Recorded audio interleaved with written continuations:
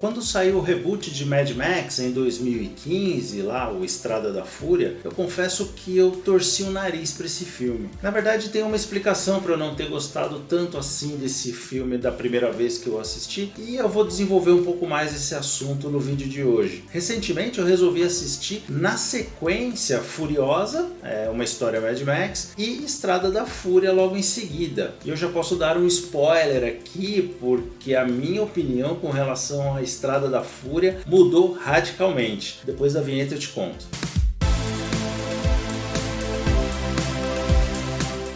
Fala pessoal, Beto Fernandes aqui, sejam muito bem-vindos ao canal Quadrante Alfa. Já deixa um like, se inscreve no canal, comenta e compartilha com seus amigos que já mudaram de opinião algumas vezes na vida. Antes de mais nada, eu preciso confessar que eu tenho uma memória afetiva com relação à trilogia original do Mad Max. Lá pela metade dos anos 80, mais ou menos, um cinema próximo de casa resolveu reprisar o primeiro Mad Max. E esse filme foi o primeiro filme que eu fui assistir sozinho no cinema. Eu digo sozinho, sem meus pais ou meus irmãos, enfim. E obviamente eu fiquei impactado pela experiência, tanto é que eu lembro até hoje. E é claro que a trilogia original tinha diferenças significativas com relação à Estrada da Fúria e Furiosa. A começar pelo protagonista, um jovem Mel Gibson, começo de carreira, mas já demonstrando uma versatilidade incrível. E por mais que eu goste do Tom Hardy como ator, ele não tem o mesmo carisma e a mesma interpretação que o Mel Gibson, pelo menos na minha opinião. Mas eu tô me adiantando um pouco aqui. Então vamos voltar, dar uma pincelada nos três filmes originais, caso você não se lembre ou não tenha assistido. O primeiro Mad Max foi lançado em 1979 e contou com um orçamento bem baixo, algo em torno de 350 mil dólares. Ainda assim foi um sucesso gigantesco para os padrões da época. Estima-se que ele tenha arrecadado por volta aí de 100 milhões de dólares em todo o mundo, que é um lucro considerável. Esse filme se passa em algum momento pré-apocalipse, porém já demonstrando um mundo bem devastado, com extrema violência e infestado por gangues para tudo quanto é lado. O enredo do filme basicamente gira em torno do Max buscando vingança após uma perda pessoal terrível causada por uma gangue de motoqueiros. É um filme simples, sem grandes peripécias ou pirotecnias, até pelas limitações orçamentárias, e que utilizou de bastante criatividade para contar essa história. E não podemos nos esquecer de um elemento fundamental desse filme, o sensacional Ford Falcon GT, motor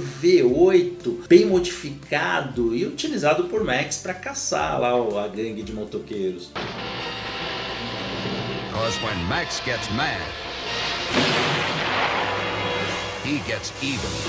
American International presents Mad Max. Mad Max 2, A Caçada Continua, de 1981, já apresenta uma grande diferença em relação ao primeiro filme. O mundo colapsou, os governos caíram e a luta pela sobrevivência e pelos recursos extremamente escassos se tornaram uma constante. Por falar em gangue de motoqueiro, né? Olha isso. Esse é o melhor filme da trilogia original, com muitas cenas de ação bem coreografadas, e foi utilizado como base para o reboot de 2015, até pelas semelhanças das duas histórias, como por exemplo um caminhão, sendo atacado o tempo inteiro, e também o líder da gangue de motoqueiros, extremamente violento e liderando ali pelo medo e pela força.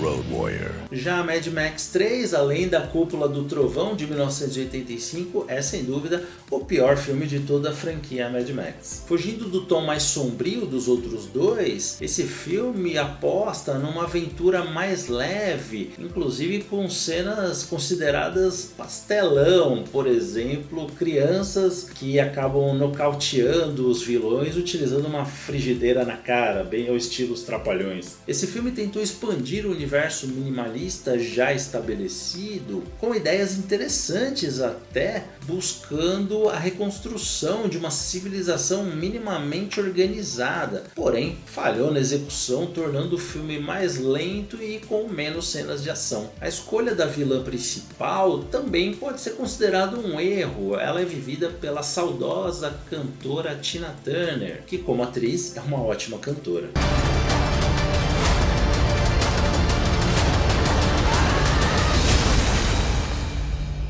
Well, ain't we a pair, Raggedy Man?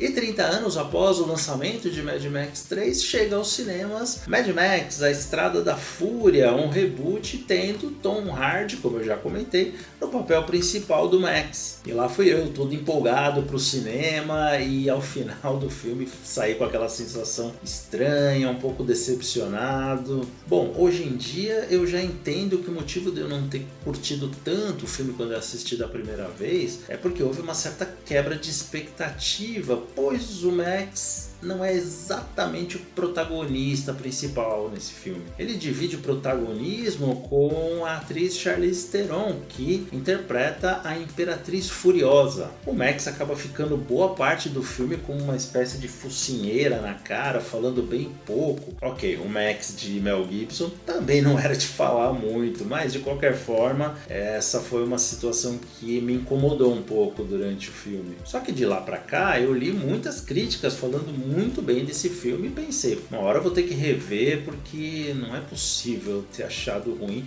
e todo mundo ter gostado. E levou 9 anos para eu assistir esse filme pela segunda vez, agora recentemente, quando saiu Furiosa, uma história Mad Max na HBO, eu resolvi assistir os 2 filmes na sequência e olha que filme sensacional que é A Estrada da Fúria, meu Deus do céu. E a história gira em torno de Max e Furiosa, que junto com um grupo de mulheres fugitivas tentam escapar do tirano Immortan Joe numa corrida frenética pelo deserto. Embora a história possa parecer muito simples no primeiro momento, basicamente uma longa perseguição, ele é enriquecido com temas como opressão, liberdade e redenção. O filme evita diálogos longos, dando preferência a contar a história através de muitas cenas de ação e de pequenos detalhes, como por exemplo as expressões faciais dos personagens. E por falar em ação, meus amigos, que espetáculo visual e sensorial! George Miller utiliza uma paleta de cores bem vibrantes, contrastando o laranja predominante no deserto com o azul da noite, tornando esse filme, além de sombrio, muito bonito de se ver. As cenas de ação foram majoritariamente feitas com efeitos práticos,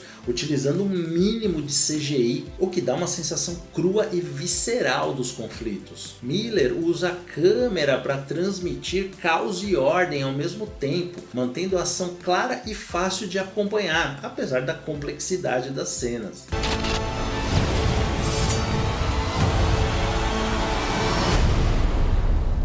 Interessante, né? Como a nossa percepção muda ao longo do tempo, influenciado por diversos fatores, como o nosso próprio amadurecimento, visão de mundo, da sociedade, expectativas, referências, etc. Estrada da Fúria é um grande exemplo disso. Há 9 anos eu considerei esse filme bem mais ou menos, e hoje em dia, para mim, um dos melhores filmes com temática pós-apocalíptica. Por outro lado, a trilogia original, que há 30 anos eu considerava quase perfeita, hoje em dia eu reassisti os 3 filmes, eu considero bem mais ou menos, viu? E o curioso sobre a franquia Mad Max é que todos os 5 filmes foram dirigidos por George Miller, o que é bem comum, ainda mais se tratando de tantos anos entre o primeiro filme e o último que saiu esse ano. E outro detalhe curioso é que esses filmes eles parecem ser dirigidos por outras pessoas, outros diretores, que eles têm diferenças bem significativas entre deles. Estrada da Fúria, que para mim é a grande obra-prima, pavimentou o caminho para novos filmes, para serem contadas novas histórias dali para frente. Mas George Miller resolveu olhar para trás e contar a história de origem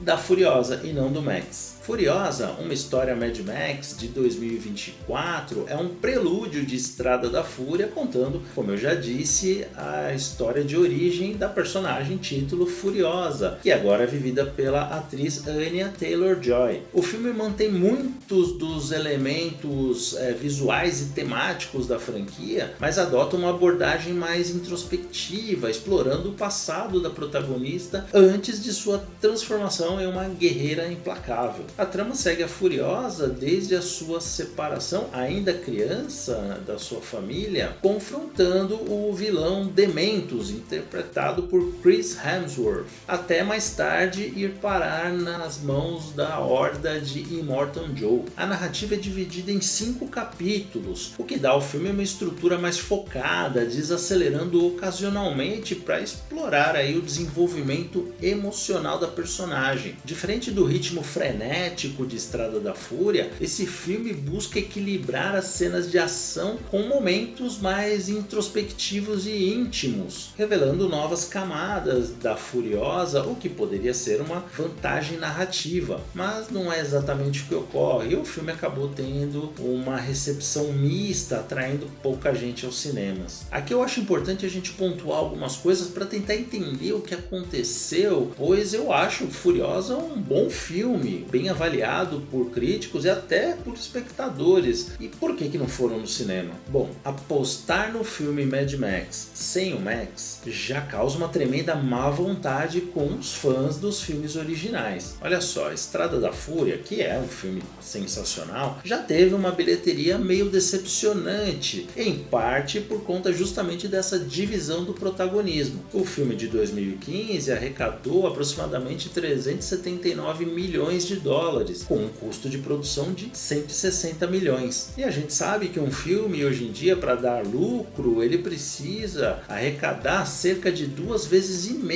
o valor que foi gasto para produzir. Se o de 2015 já não conseguiu trazer um lucro satisfatório, aliás, não teve nem lucro, a sequência você aposta num filme sem o personagem principal do título?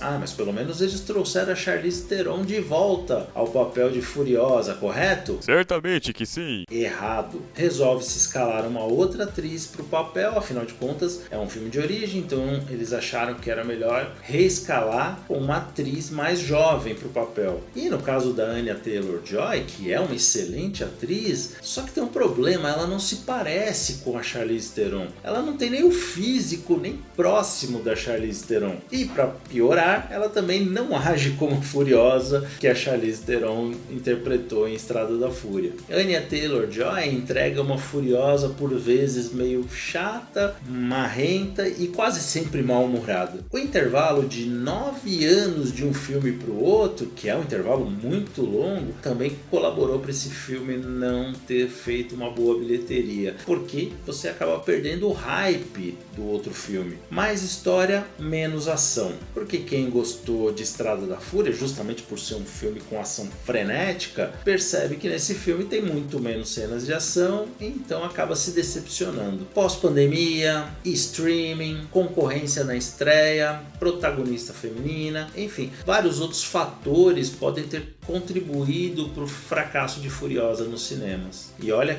que fracasso, esse filme flopou bonito, custou 168 milhões de dólares e nem sequer chegou a empatar o custo de produção, causando um grande prejuízo para o estúdio e comprometendo praticamente qualquer chance de uma continuação. Mesmo assim, como eu disse, Furiosa é um bom filme de verdade. Visualmente, o filme impressiona tanto quanto seu antecessor, com cenários vastos e desolados que capturam a brutalidade do mundo pós-apocalíptico.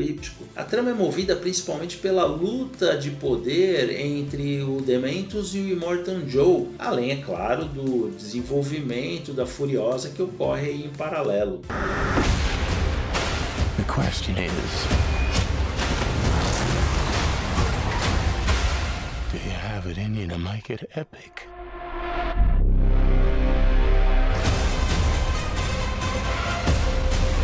Conclusão, essa nova fase da franquia Mad Max tinha tudo para ser um sucesso mundial, podendo gerar muitas obras derivadas, mas que provavelmente foi comprometida por escolhas equivocadas desse último filme. É verdade.